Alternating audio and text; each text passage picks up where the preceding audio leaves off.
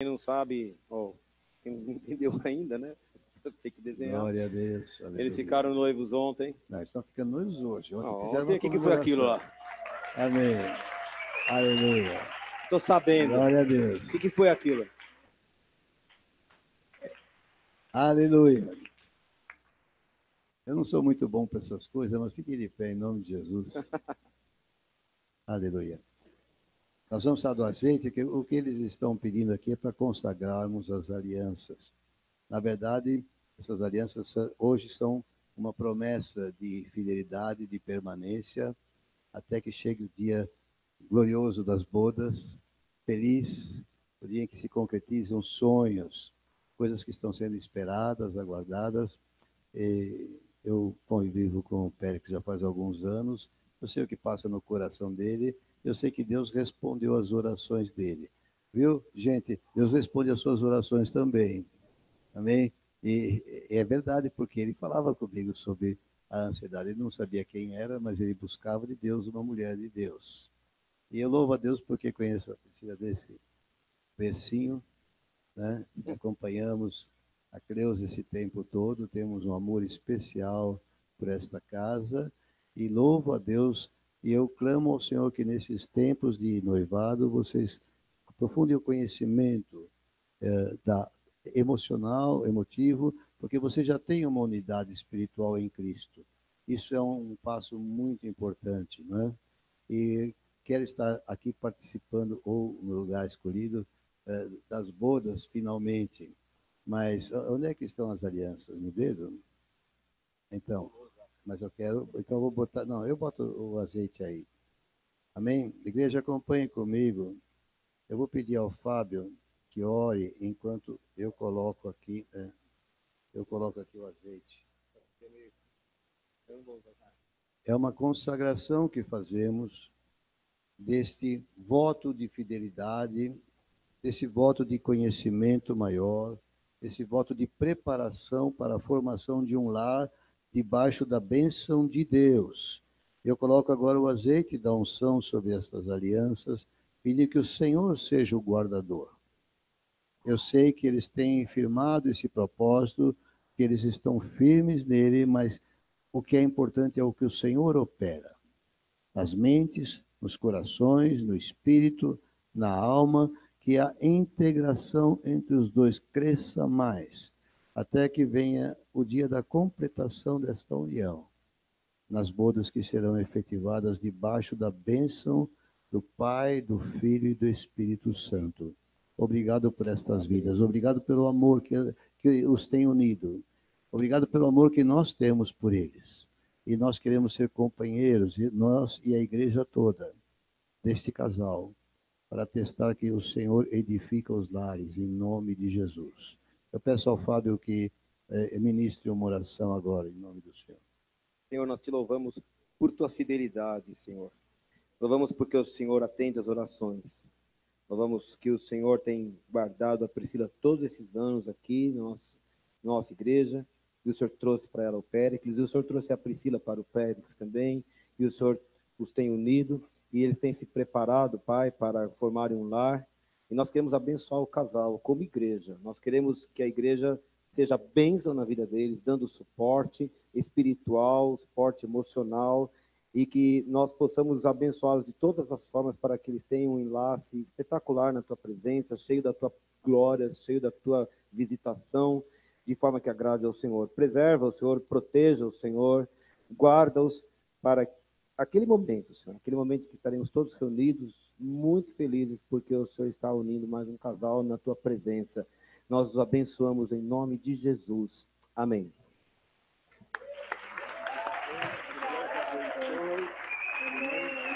Preserve-se até aquela data.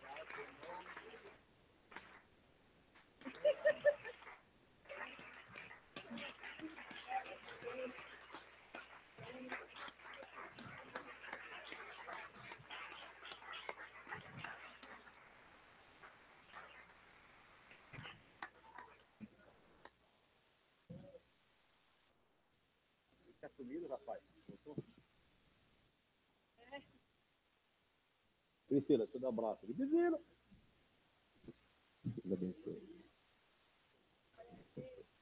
Hein? Ela pediu, pai. Eu fiquei muito sem graça, assim, entendeu? Pode sentar, pessoal. Ela pediu, ela falou, por favor, não, não, não. Então, só assim de leve, assim, para não passar em branco. É ou não é, não? Não podia passar em branco uma oportunidade dessa, né? Você concorda comigo? Então, tá bom. Você tem a Bíblia aí, hoje a gente vai caminhar em vários textos, ok?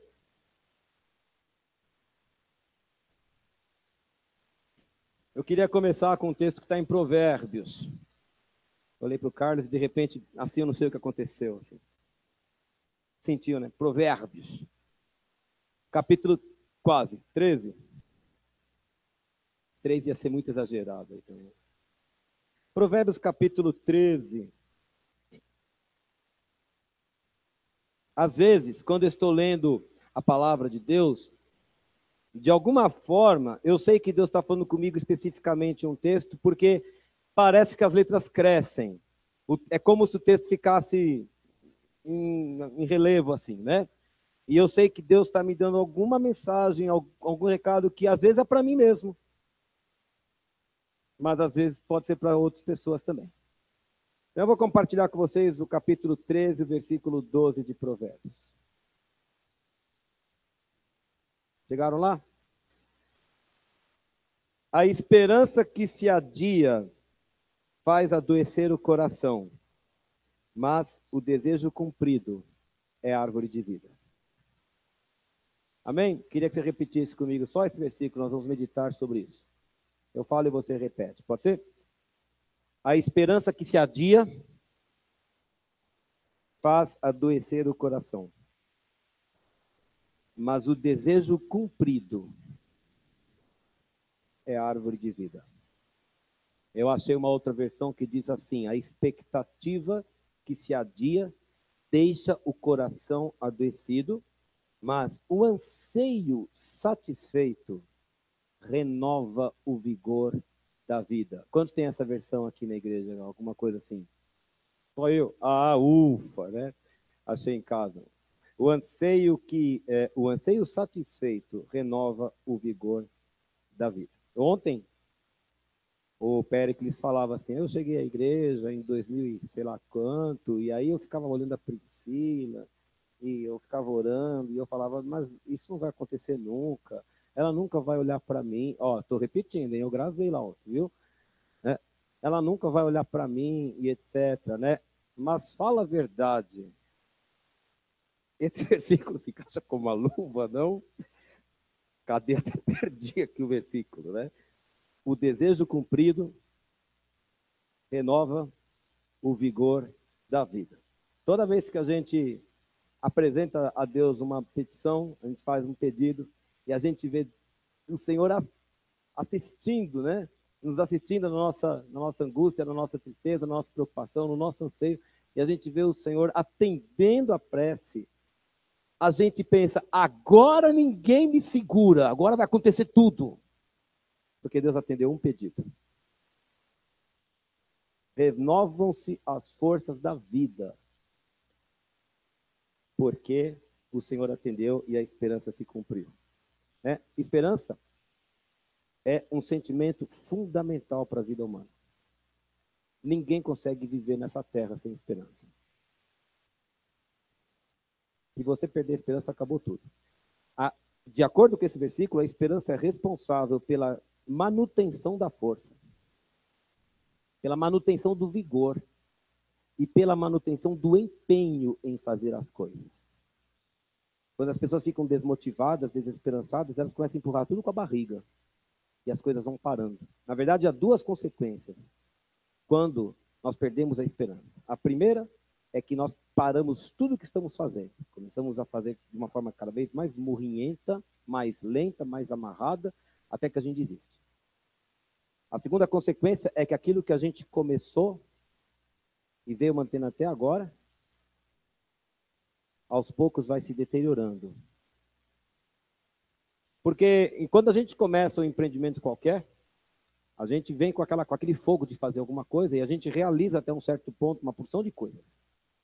Até que bate a desesperança. E tudo aquilo que a gente realizou começa a se desmantelar. porque em algum momento se perdeu a esperança. Então, a esperança é algo que tem que ser alimentado diariamente. E o Senhor mandou trazer essa palavra hoje, porque o versículo pulou na Bíblia para mim. Porque talvez eu precise de esperança renovada. Talvez você precise de esperança renovada em alguma área da sua vida. Talvez a igreja precise de renovação de esperança. Porque a Bíblia me garante, e a palavra de Deus diz, que o desejo cumprido renova as forças e é árvore de vida. Dá frutos. E Jesus te trouxe aqui essa noite para renovar essas esperanças. Eu não sei em quê, mas Ele sabe. Ele sabe. E Ele vai tratar com você hoje, em nome de Jesus. Amém? Eu queria começar, eu vou ler vários textos, como eu disse, e eu quero começar então no livro de Hebreus,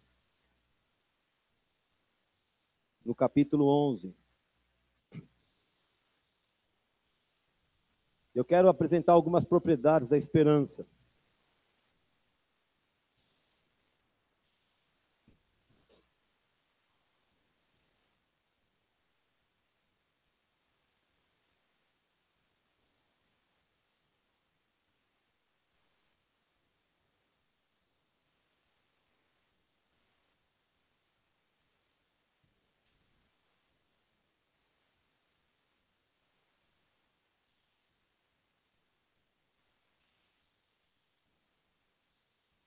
Capítulo 11, versículo 1.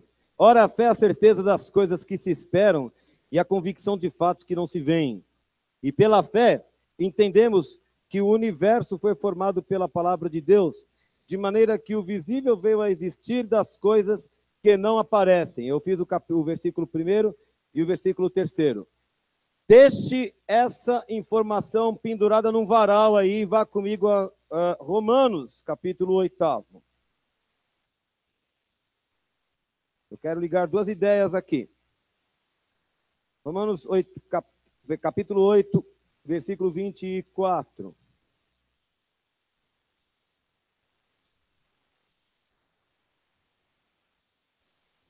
Porque na esperança fomos salvos. Ora, esperança que se vê não é esperança, pois o que alguém vê, como espera? Hebreus 11 diz que a fé é a certeza de uma coisa que você espera. A convicção de algo que você não viu. Romanos diz que esperança que se vê não é esperança. Então eu preciso obrigatoriamente associar a esperança à fé. Eu não estou dizendo que esperança é fé. Eu vou te provar que fé é mais do que esperança. Mas a esperança está dentro da fé. A esperança é um ingrediente da fé. O versículo 25 continua. Se esperamos o que não vemos, com paciência o aguardamos. A esperança sempre se refere ao momento futuro. Eu espero algo que pode acontecer hoje à noite. Eu espero por algo que pode acontecer amanhã ou nesta semana ainda que está entrando. Eu não posso esperar alguma coisa para ontem. Eu não posso esperar alguma coisa para o ano passado, porque isso já passou. Mas eu posso esperar para o futuro. A fé é mais ampla, porque lá em Hebreus 11:3 ele fala que eu posso crer pela fé que o universo foi formado pela palavra de Deus e que o visível vai existir das coisas que não aparecem. A fé opera tanto o passado como o futuro. E eu digo que a esperança está embutida na fé, porque a esperança consegue crer no futuro.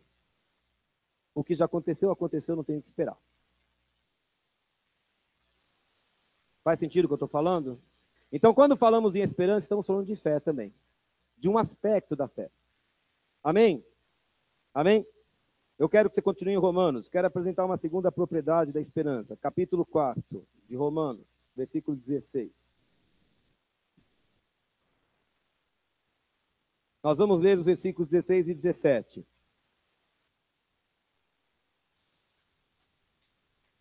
No final do versículo 16 entra um parênteses ali que vai terminar. Eu vou pular a parte em parênteses, tá bom? Eu vou pular não porque não seja importante. Eu vou pular para não perder o fio da meada, porque ele faz um comentário pessoal ali. Eu não quero perder a linha. O comentário pode interromper e eu não quero perder nesse momento essa linha. Tá bem? Esta é a razão porque provém da fé. Está falando da justificação, está falando da nossa salvação, ok? Provém da fé, para que seja segundo a graça, a fim de que seja firme a promessa para toda a descendência, não somente ao que está no regime da lei, mas também ao que é da fé que teve Abraão, e eu estou indo para o final 17, perante aquele no qual creu, o Deus que vivifica os mortos e chama à existência as coisas que não existem. Diz que a justificação precisa vir pela fé, porque a fé é o motor que opera a graça de Deus em nosso favor.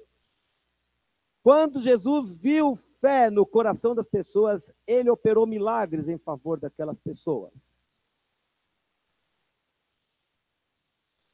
Efésios 2, 8 e 9 fala assim, porque pela graça sois salvos por meio da...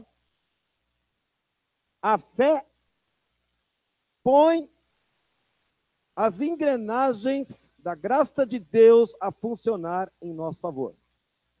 Quando Deus vê a fé no coração da pessoa, ele se move. E é por isso que a esperança, agora pensando em esperança e fé, ela é condição sine qua non, que significa sem a qual não. Ela é uma condição sine qua non para que o nosso Pai se agrade de nós, porque a Bíblia fala que sem fé é impossível agradar a Deus.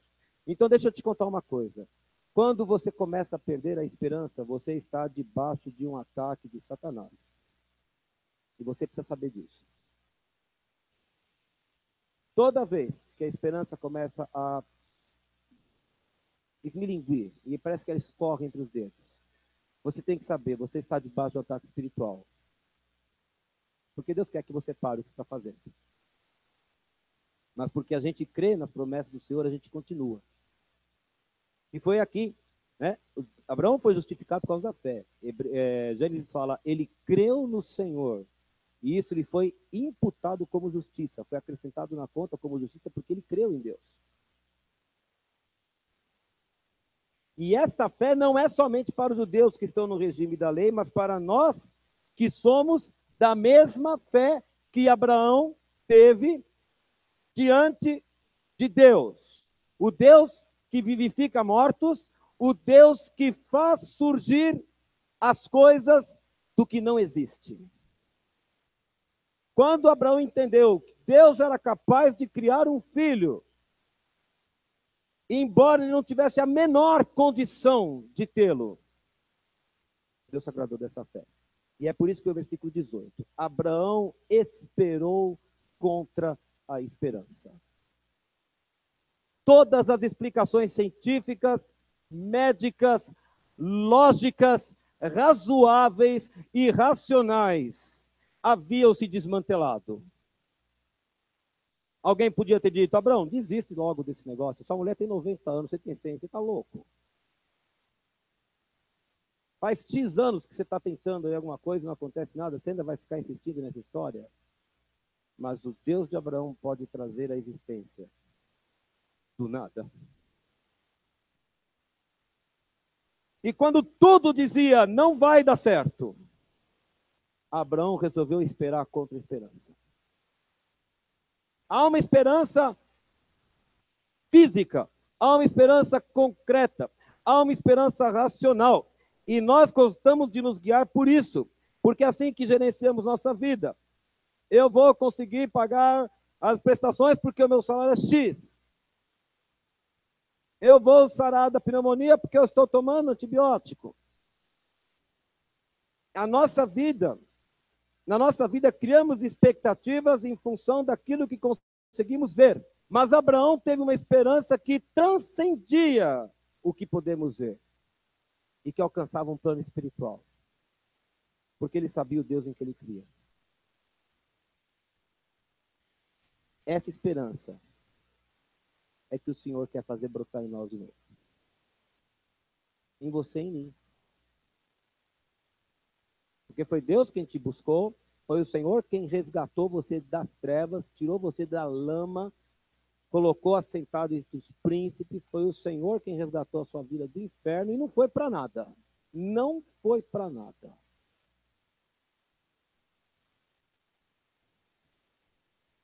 Deus não dá ponto sem nó, como se diz por aí, né? Mas muitas vezes, na nossa vida, as coisas demoram para acontecer. Às vezes, parece que anda tudo para trás. Às vezes, houve tanto empenho, tanto esforço, tanta demanda, tanto denodo, e não acontece nada.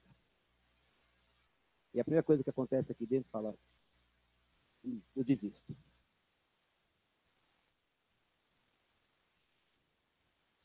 E a nossa fé é que começa a ser abalada. Então o Senhor começou a me lembrar vários textos que falam sobre esperança. E eu quero compartilhar alguns com vocês.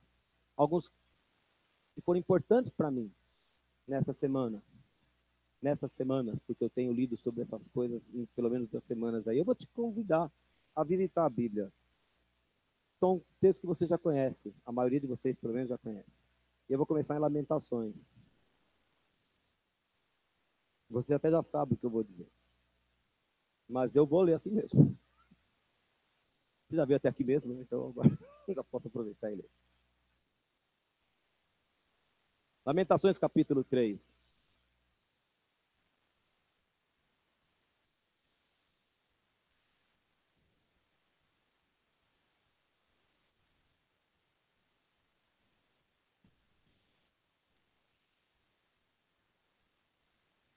Lamentações de Jeremias capítulo 3.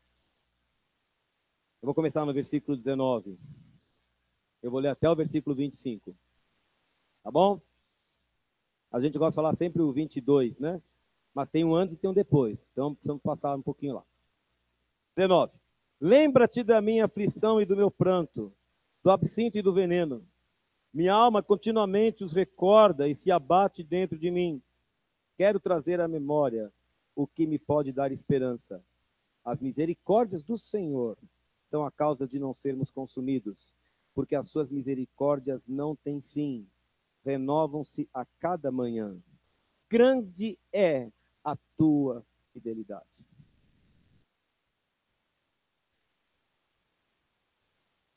Ele é fiel, Derlan. Ele é fiel. A minha porção é o Senhor, diz a minha alma, portanto esperarei nele. Bom é aguardar a salvação do Senhor, e isso em silêncio. A primeira coisa que eu quero dizer é que a esperança nunca é imotivada. Diga assim, um motivo. A esperança sempre tem uma razão de ser. Por que você tem esperança? Ah, não sei por quê. Nunca diga isso. Esse texto nos diz por que você deve ter esperança. Qual é a razão da esperança? Qual era o caso aqui? Em que contexto Jeremias escreveu as Lamentações?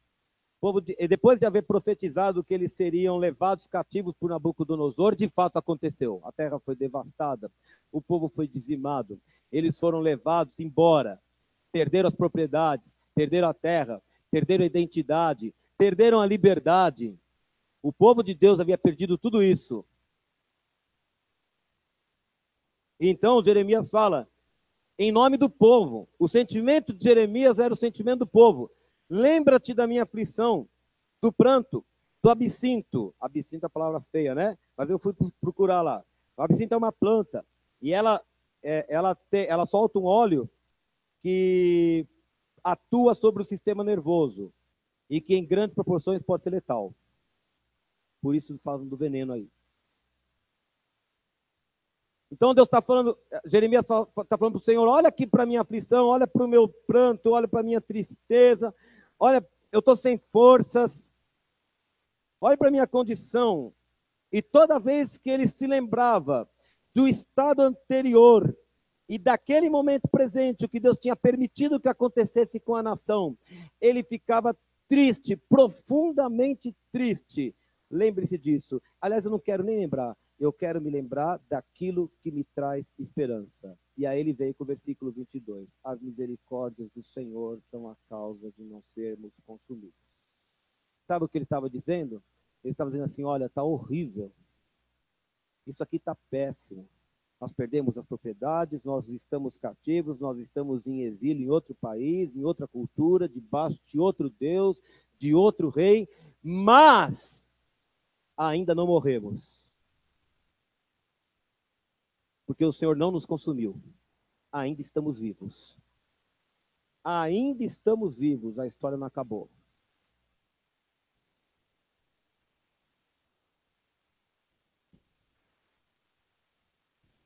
As misericórdias do Senhor não nos consumiram. Então eu tenho um motivo. Sabe qual é o motivo da esperança? Sabe qual é a razão da esperança? Que Deus tem misericórdia das nossas vidas sempre. E é prazer dele reconstruir as coisas. Eu não preciso perder as esperanças. Deus sempre faz tudo de novo.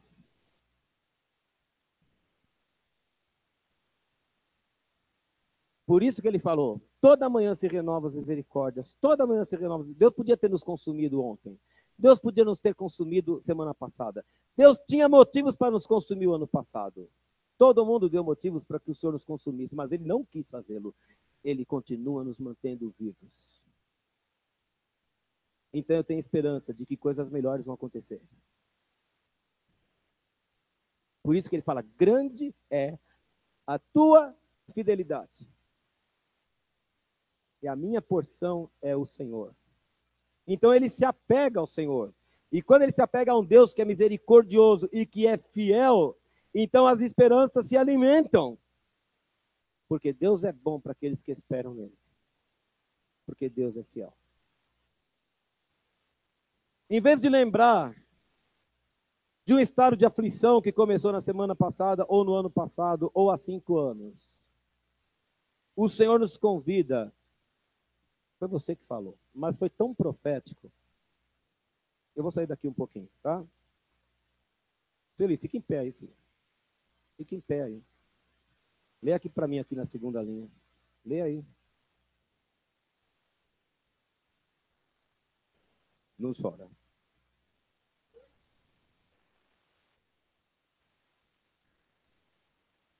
Ela vem aqui do nada, eu já tinha escrito aqui, tá escrito, você viu, né? A gente combinou antes, né?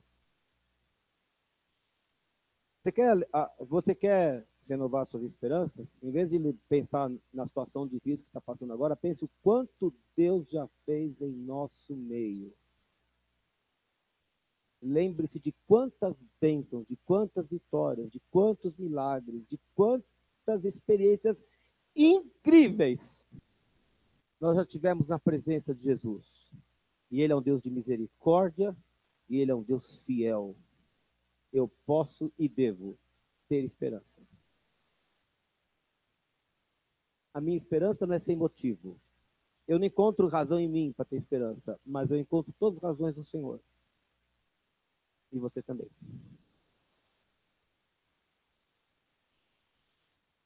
Por isso que Salomão falou, o desejo cumprido é a árvore de vida. É árvore de vida porque eu vejo quantos desejos meus Deus já atendeu na minha vida. Quantas coisas eu pedi, em quantas situações perigosas eu tive que clamar ao Senhor, e o Senhor fielmente atendeu, e o Senhor vai me atender de novo. Porque a esperança é árvore de vida. Eu posso continuar pedindo, porque Ele sempre atendeu. Não diga, o Senhor nunca atendeu minha oração. Nunca diga, o Senhor nunca fez nada por mim. Nunca diga, Deus nunca escuta quando eu peço. Nunca diga isso. O Senhor tem recolhido todas as nossas orações. Mas quem manda é Ele. Amém? Eu queria ir mais um pouquinho. Diga um objeto. Isso, Salmo capítulo 39.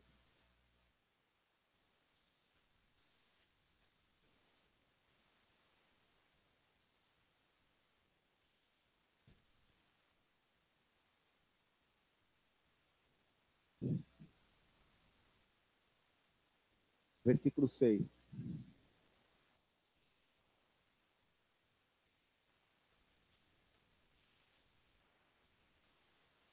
Versículo 6 do Salmo 39. Com efeito, passa o homem como uma sombra, em vão se inquieta. Amontoa tesouros, e não sabe quem os levará. E eu, Senhor, que espero?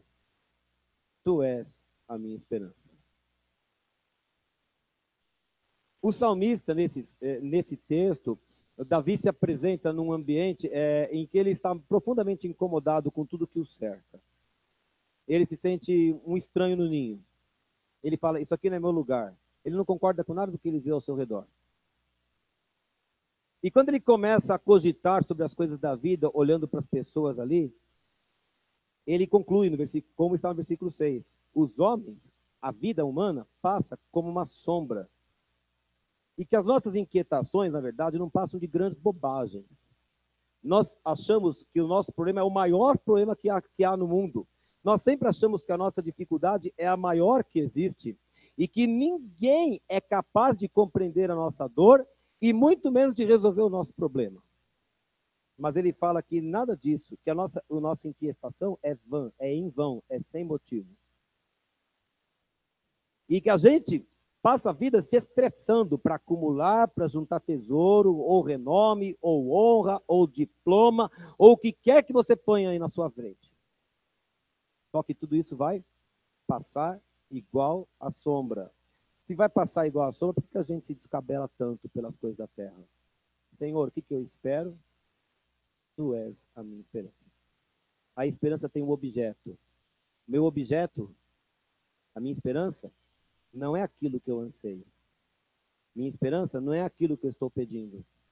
A minha esperança não é necessariamente o emprego.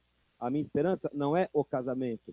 A minha esperança não é o dinheiro para saldar uma dívida. A minha esperança é o Senhor. Porque se você tiver o Senhor, você tem todas as coisas. A minha esperança é o Senhor. E eu, Senhor, o que eu espero? Tu és a minha esperança. A minha esperança tem um motivo. O Senhor me ama, Ele é fiel, Ele é misericordioso. A minha esperança tem um objeto. Ela está em Deus. Ela está em Deus. Você discutiu com o seu cônjuge? Não adianta pegar o telefone e ligar para outra pessoa. Você pode até pedir conselho. Não adianta, às vezes, nem virar para o cônjuge e falar, por que você falou aquilo? Às vezes tem que chegar para o Senhor e falar, Deus, eu nem sei como resolver, mas o Senhor sabe. E Deus resolve. Deus resolve. Ele é perito em desatar nós. Davi compreendeu que se ele ficasse se apoiando nas expectativas da terra, ele seria um homem frustrado. Então ele decidiu que ele ia esperar no Senhor. E Salomão vai um pouquinho além. Então nós vimos um motivo, nós vimos um objeto, e eu queria que você dissesse uma condição. Uma condição. Tem uma condição para essa esperança. Provérbios 24.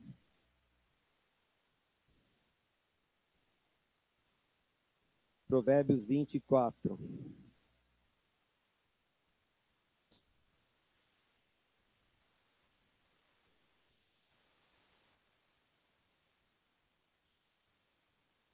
Versículo 14.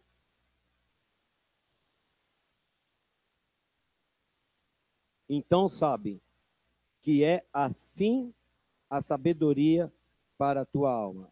Desculpa, assim igual o quê, né? Ele estava falando sobre a sabedoria que é como o mel, que é doce, que é uma delícia.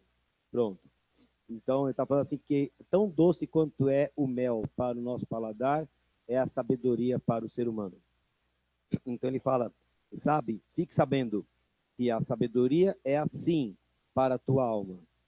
Se você a encontrar, haverá bom futuro e a sua esperança não será frustrada. Às vezes, Tiago falava isso. Muitas vezes nós pedimos as coisas a Deus e elas não chegam porque nós estamos pedindo mal. Mas quando a nossa esperança está apoiada na pessoa certa e pelo motivo certo, a gente começa a esperar as coisas certas. E não haverá frustração.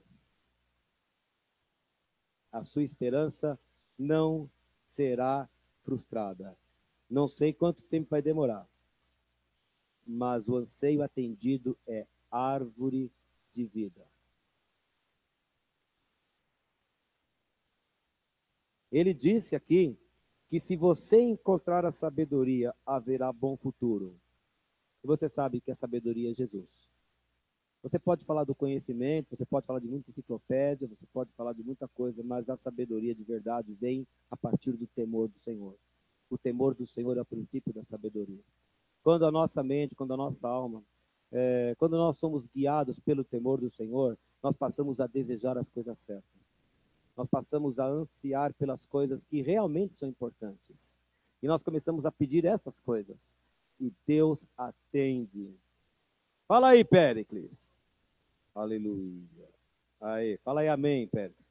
Isso, vocês ouviram aí, né? Sempre que a nossa petição for guiada debaixo da sabedoria do Senhor, haverá bom futuro. O homem que teme o Senhor aprende a sabedoria. O homem que teme o Senhor aprende a sabedoria. E com base nessa sabedoria, ele traça o seu caminho. E a palavra de Deus assegura, vai dar certo. Vai dar certo. Porque foi feito do jeito que Deus orientou. Então, quando eu leio esses textos, Deus me diz assim, Fábio, olha para o passado, olha para quanto eu já fiz em sua vida, olha para frente agora e estabeleça o seu caminho debaixo da minha palavra. Eu garanto o seu futuro. A nossa esperança não é sem motivo. A nossa esperança tem um objetivo. E a nossa esperança tem uma condição. A condição é que ela seja pautada no temor do Senhor. Que Deus nos guarde sempre, sempre de traçarmos objetivos que vão contra a vontade de Deus. Porque aí não podemos esperar muita coisa mesmo. Deus não tem nenhuma obrigação de atender. Mas que o seu pedido seja sempre apresentado debaixo da direção da palavra de Deus. Deus vai atender. Calma que não acabou. Salmo 40. Diga aí um resultado. Um resultado.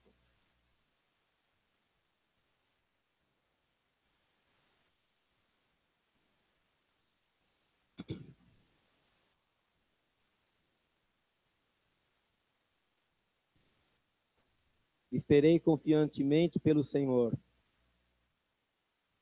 E Ele?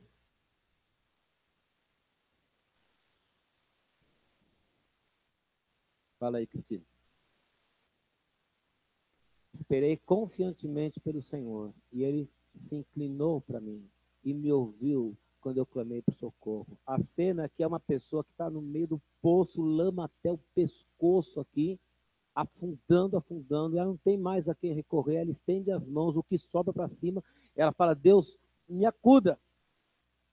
Eu não tenho como sair daqui. E Deus lá de cima, Ele se inclina. E Ele nos vê no meio do poço. Ele vê lá que nós estamos só com o nariz para fora assim da lama. Quase afogando. E Ele se inclina para nós. E Ele estende a mão. E Ele puxa para fora. E me pôs, tirou-me de um poço de perdição. Versículo 2. Tirou-me de um tremedal de lama. Ele fala, vou te tirar daqui, vou te colocar seguro aqui em cima. E me colocou os pés sobre uma rocha, firmou os meus passos e pôs nos lábios um novo cântico, um hino de louvor ao nosso Deus.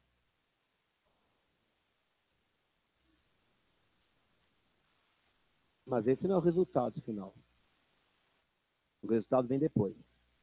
Lê lá. Muitos verão essas coisas.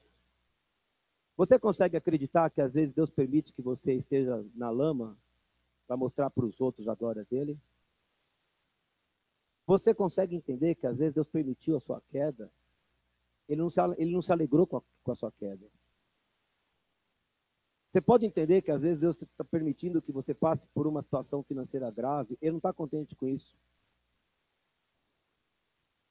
Mas você consegue entender que ele vai mudar essa história, mas não é para sua alegria, é para a glória dele. Muitos verão estas coisas, temerão e confiarão em quem? No Senhor. Deus tem uma sabedoria que nós não alcançamos. O maior defeito, talvez um dos maiores, Eduardo, na minha opinião, é que nós queremos que Deus explique as coisas. E nós queremos ver sentido em tudo que Deus está fazendo. Mas é uma arrogância. Desde quando Deus tem que explicar alguma coisa para a gente?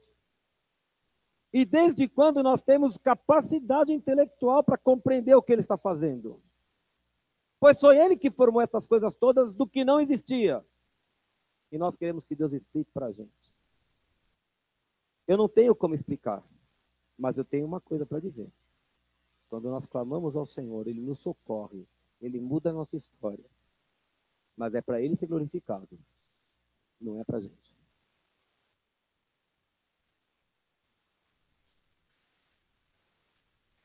É para ressaltar a capacidade transformadora do nosso Deus.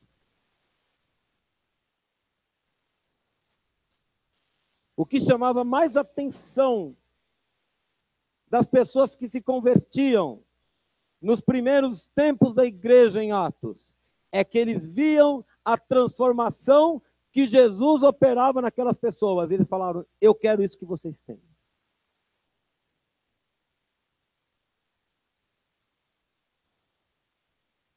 Tem um resultado a sua esperança. O resultado final é a glória do Senhor. Não é o seu pedido atendido. Desculpe de falar. Puxa vida, eu pensei que era comigo o negócio. Não, é com Ele, é tudo com Ele. É tudo com Ele. É dele, por meio dele e para Ele. É tudo dele. E nós estamos aqui no meio curtindo que Jesus está usando as nossas vidas para isso. O privilégio de fazer parte desse plano incrível de Deus. Amém?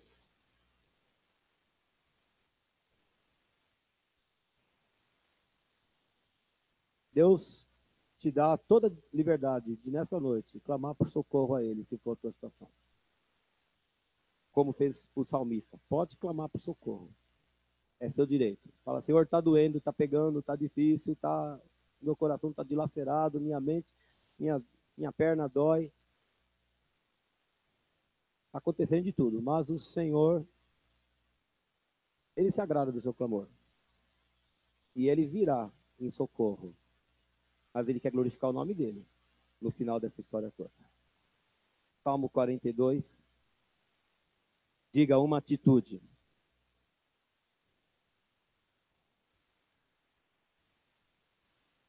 Minha esperança tem um motivo. Minha esperança está apontada para um objeto. É uma pessoa.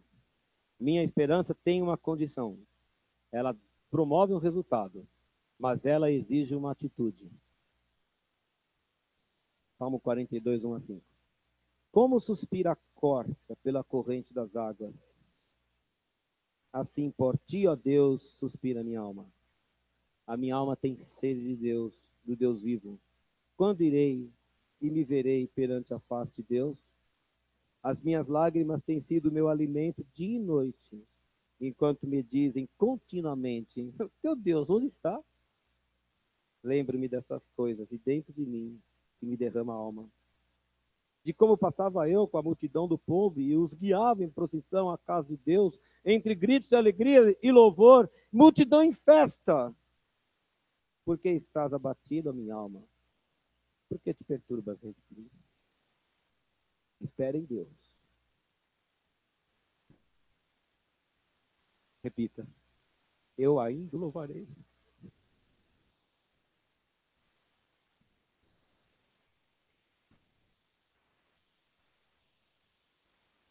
O salmista está buscando a Deus com a sua alma profundamente. Versículo 7 fala: um abismo chama outro abismo. Nós gostamos de falar, de aplicar esse texto à ideia de pecado, né? Um pecado chama outro. Mais uma vez eu vi Marcos Witt interpretando esse texto de um jeito que me calou tanto. o abismo que está clamando é o profundo da minha alma, que está buscando o profundo do coração de Deus. Quando acabou tudo, tudo. E as pessoas ao redor, porque o que leva o salmista a vir orar aqui, fazer esta oração, é que havia pessoas do lado de fora rachando o bico, falando, deu ruim para ele. E aí? Cadê o teu Deus? E ele fica se lembrando, puxa vida, eu fico me lembrando como eu passava no meio do povo, como eu guiava a procissão toda até a casa de Deus, como nós fazíamos louvor, como nós cantávamos, como nós viajávamos, como nós fazíamos tantas coisas. E as pessoas lá fora rachando o bico. Espera em Deus. Esqueça o resto. Espera em Deus. Porque eu ainda vou louvá-lo. Amém.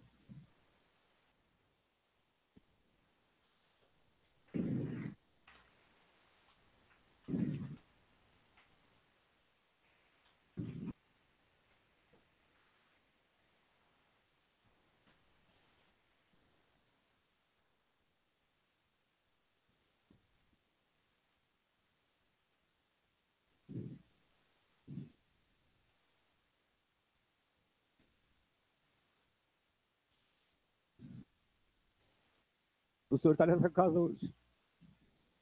Ele está aqui, Elma. Eu sinto arrepio só pelos braços aqui. Eu não sou de sentir coisas. Eu sou muito certinho da cabeça. Eu nunca sinto nada, mas eu sinto hoje a presença de Deus aqui. Espere em Deus, porque eu ainda vou louvá-lo. A Ele, meu auxílio. Deus, meu.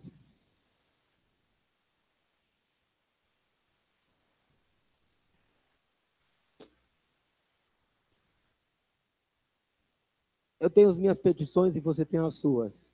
As minhas não são mais importantes que as suas, nem as suas mais importantes do que as minhas. O Senhor conhece cada coração e Ele te ama do mesmo jeito que Ele me ama.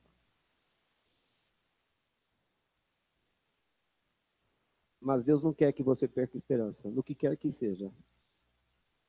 Não perca. Você fica aí orando pela sua família, espere em Deus. Ainda o louvarei.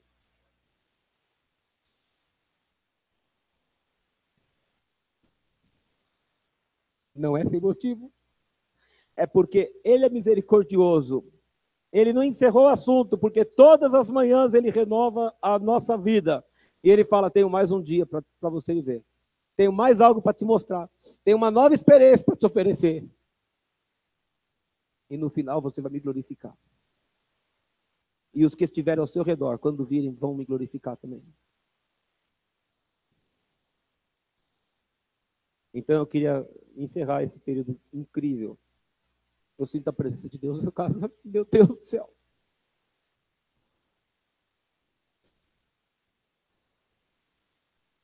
A esperança tem fundamento, as misericórdias, a fidelidade de Deus. A esperança tem um objeto, que é o próprio Deus. Ela tem um resultado, que é a aprovação de Deus em nossas vidas. Deus vai nos aprovar. E ela tem uma promessa.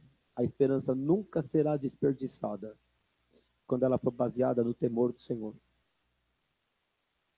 Está difícil a situação, meu querido? Deixa eu te dar só um pedido. Qualquer que seja a decisão que você tenha que tomar. Não faça nada motivado por qualquer coisa que não esteja nessa palavra aqui.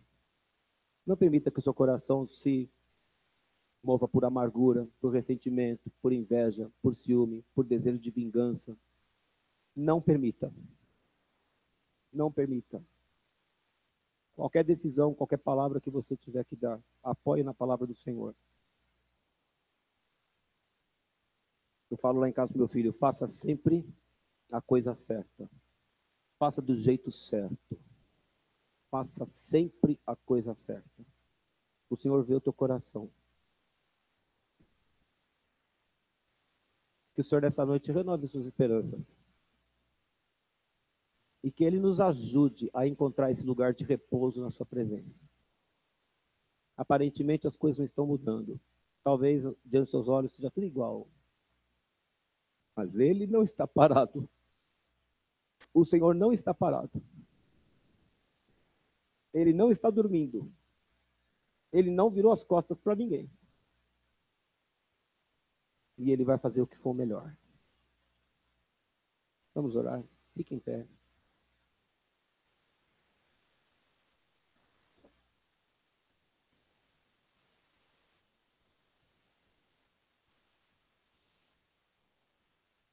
Eu vou orar por vocês, mas primeiro eu queria que você apresentasse a Deus seu clamor, sua petição. Eu não posso fazer a sua petição, ela é sua. Apresente-se diante do Senhor.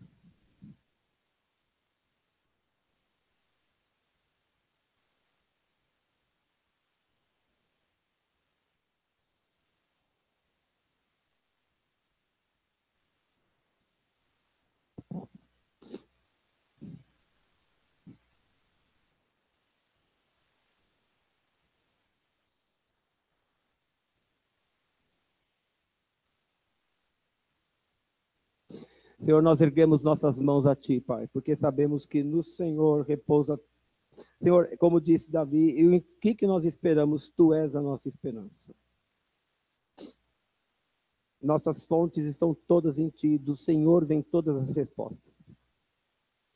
A vida é passageira, as pessoas não são confiáveis, mas o Senhor é digno de toda confiança, porque o Senhor já mostrou isso de várias e várias e várias maneiras para nós. Ajuda-nos a contarmos as bênçãos, quantas o Senhor já deu em nossa vida, e ficaremos surpresos com quanto o Senhor já tem feito, e nossas esperanças serão renovadas. Se esperarmos no Senhor, se esperarmos no Senhor. Nós levantamos nossos olhos para Ti, Senhor. Cada irmão meu aqui levanta os olhos para Ti.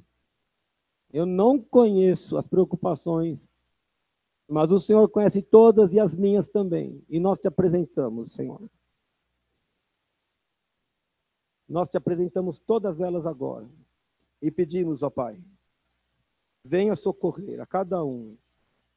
Se for um pecado e a pessoa precisa de libertação, se for um sonho que a pessoa precisa alcançar, se for uma necessidade financeira, se for uma necessidade sentimental, o que quer que seja, o Senhor tem um estoque infinito disso para cada um aqui. E nós recorremos a Ti. E buscamos do Senhor e pedimos que o Senhor tenha, mas que hoje se renove as esperanças. Que a Tua palavra dá inúmeros motivos. Senhor, eu poderia passar a noite lendo versículos sobre as Suas virtudes. Eu trouxe aqueles que eu entendi que o Senhor me mostrou hoje. Mas nós queremos Te adorar hoje e sempre. E como disse Davi, espere em Deus, porque ainda o louvarei. O Senhor que é o nosso auxílio e é o nosso Deus. Em nome de Jesus. Amém. Amém. Você pode aplaudir o Senhor?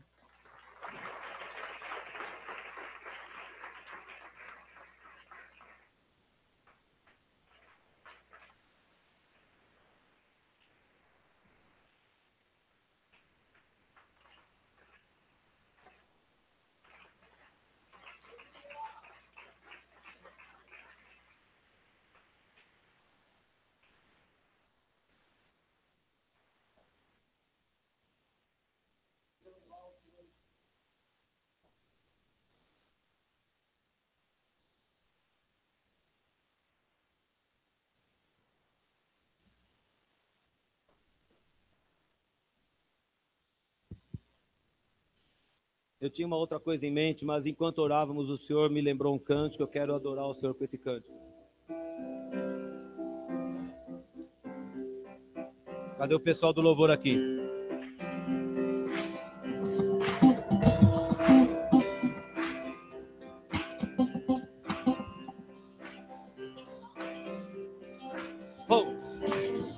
Nossas forças vão se renovar se esperarmos do Senhor, esperarmos do Senhor. Nossas forças vão se renovar se esperarmos no Senhor, esperarmos do Senhor. Ó Deus, és Rei eterno, em Ti nós esperamos,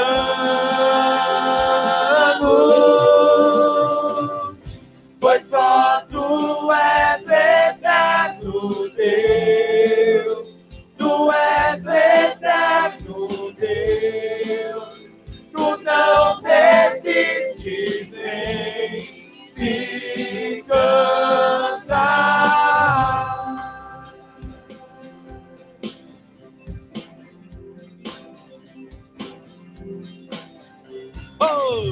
Nossas forças vão se renovar se esperarmos no Senhor, esperarmos no Senhor. Nossas forças vão se renovar se esperarmos no Senhor, esperarmos no Senhor. Ó Deus, és Rei eterno, em Ti nós esperamos,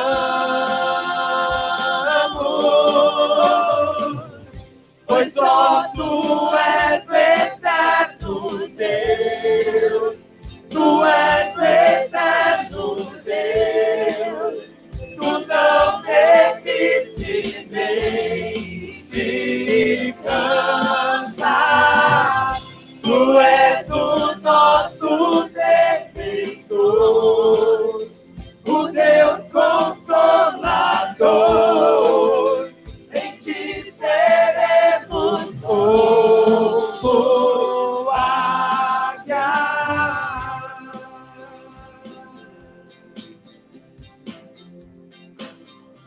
Ó Deus, és Rei eterno, em Ti nós esperamos,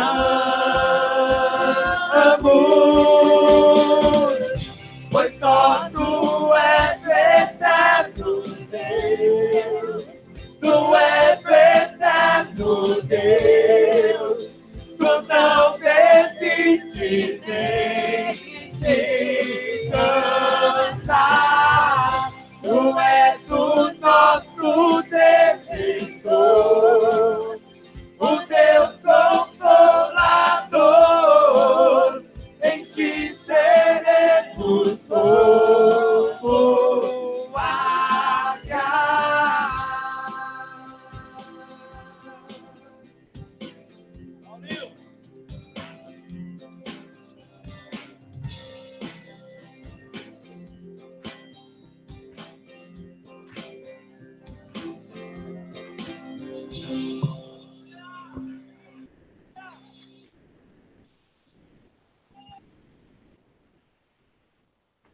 Pode sentar.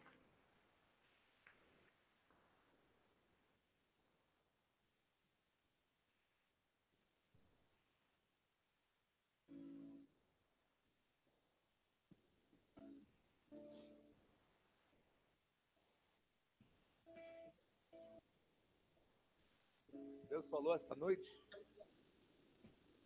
Olha só como Jesus é específico comigo, como Ele foi específico comigo. Abre em Salmos 42, onde ele estava lendo. Lê o verso 10 e 11.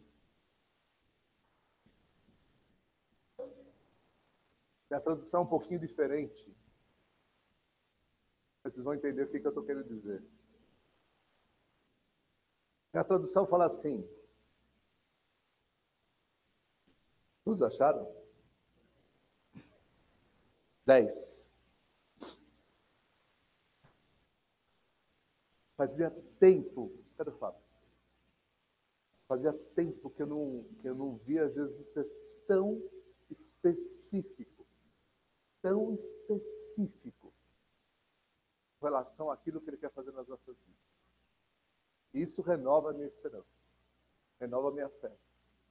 Mas no verso 10 fala assim, na minha tradução, com ferida mortal em meus ossos. Me afrontam os meus adversários. Quando todo dia me dizem, onde está o teu Deus? Tem tradução aí que fala assim, os meus ossos se esmiuçam, é isso? Não? Como é que é?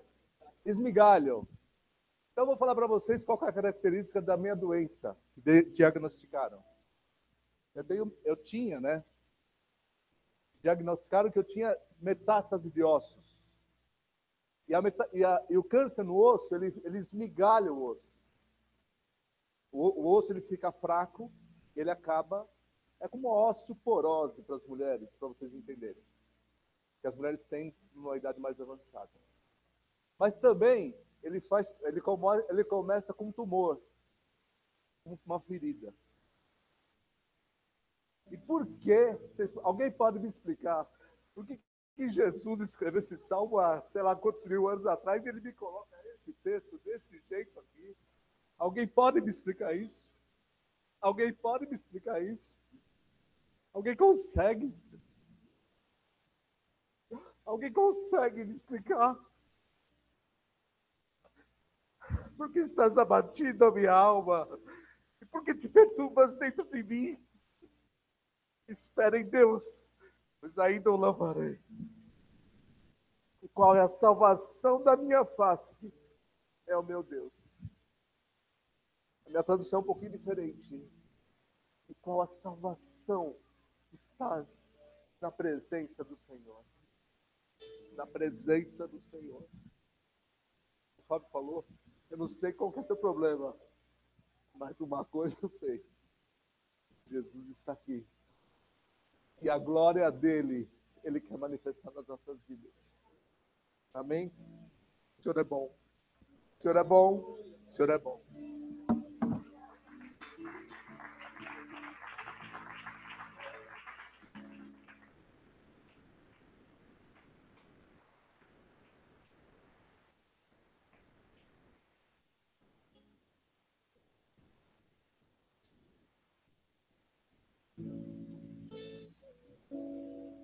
Rapaz, eu não estava entendendo por que eu tinha sentido de falar aqui para vocês do Jeremias 17, do 7 e 8.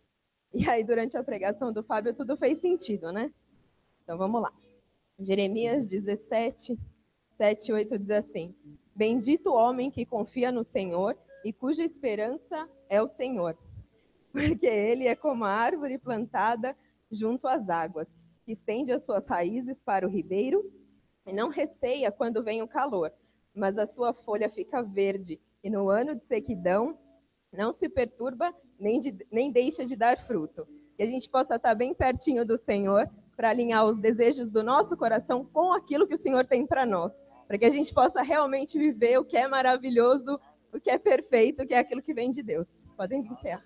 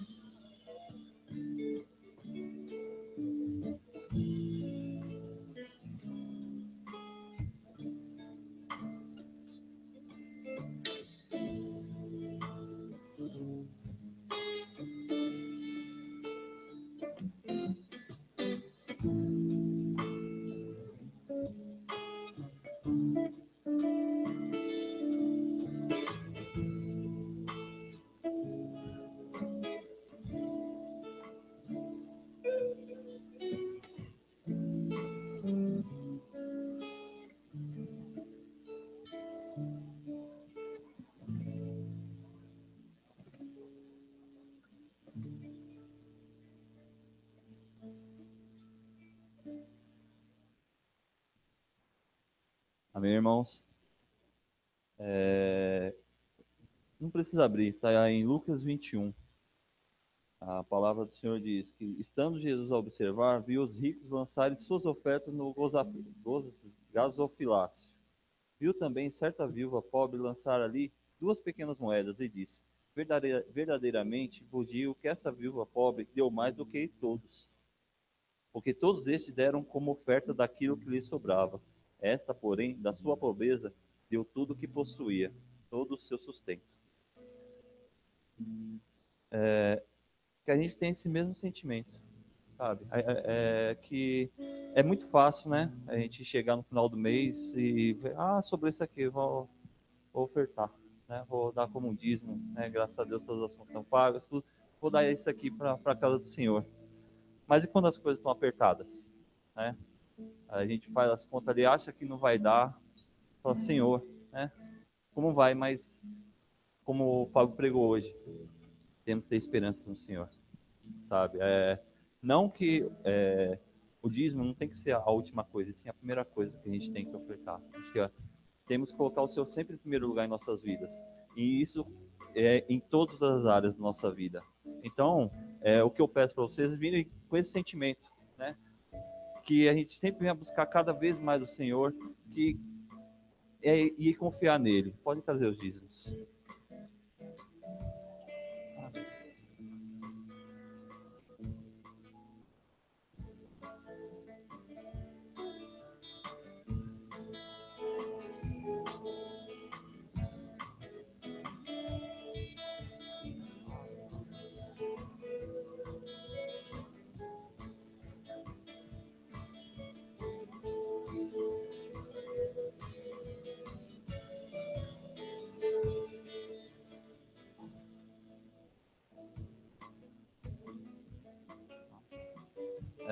Gostaria que todos levantassem as mãos aqui, vamos agradecer, né? Senhor, agradecemos, papai, por tudo que o Senhor tem feito em nossas vidas, Senhor. Realmente, Senhor, que o Senhor abençoe, papai, todas essas ofertas, esses dízimos na tua casa, Senhor. E aqueles que não puderam trazer, Senhor, que o Senhor conforte o coração deles, que eu sei que o momento certo e a hora certa eles vão poder estar trazendo também, papai. Que o Senhor abrace a todos aqui, papai, e enche o coração deles de esperança, Senhor, que a gente possa confiar somente em Ti, papai. Eu agradeço, Senhor, em nome do Senhor Jesus.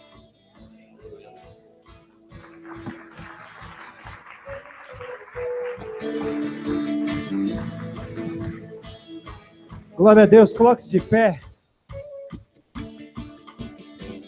Pelas bênçãos que derramas, te louvarei. E no mais também direi, é bendito o nome do Senhor, é bendito ó Deus, é bendito o nome do Senhor, é bendito glorioso Deus, é bendito o nome do Senhor, é bendito ó Deus. É bendito o nome do Senhor, é bendito, glorioso Deus.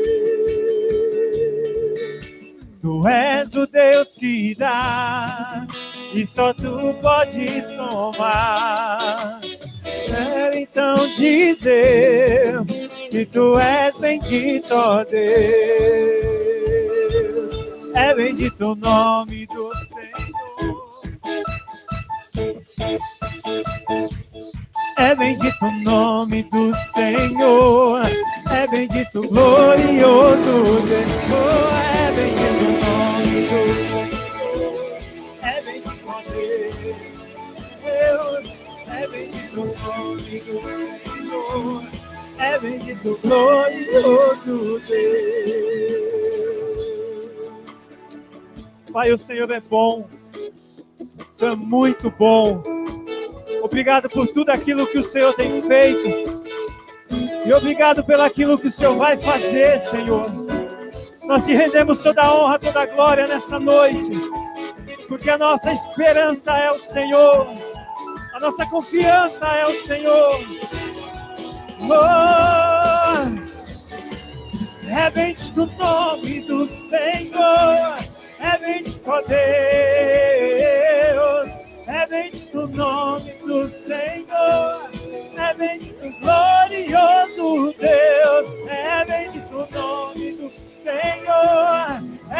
bendito, ó Deus, é bendito o nome do Senhor, é bendito o glorioso Deus. Aleluia. Oh, aleluia. Que a graça maravilhosa do Senhor Jesus, que esse amor tão intenso, tão forte, tão poderoso, esse amor que nos constrange, que essa unção maravilhosa do Teu Espírito possa ser conosco, Pai, e que nós possamos realizar e conquistar no Teu nome, e que tudo seja feito para a glória e honra do Senhor. Leva-nos embaixo dessa unção, leva-nos embaixo dessa palavra, e que nossas vidas glorifiquem o Senhor, em nome de Jesus. Amém.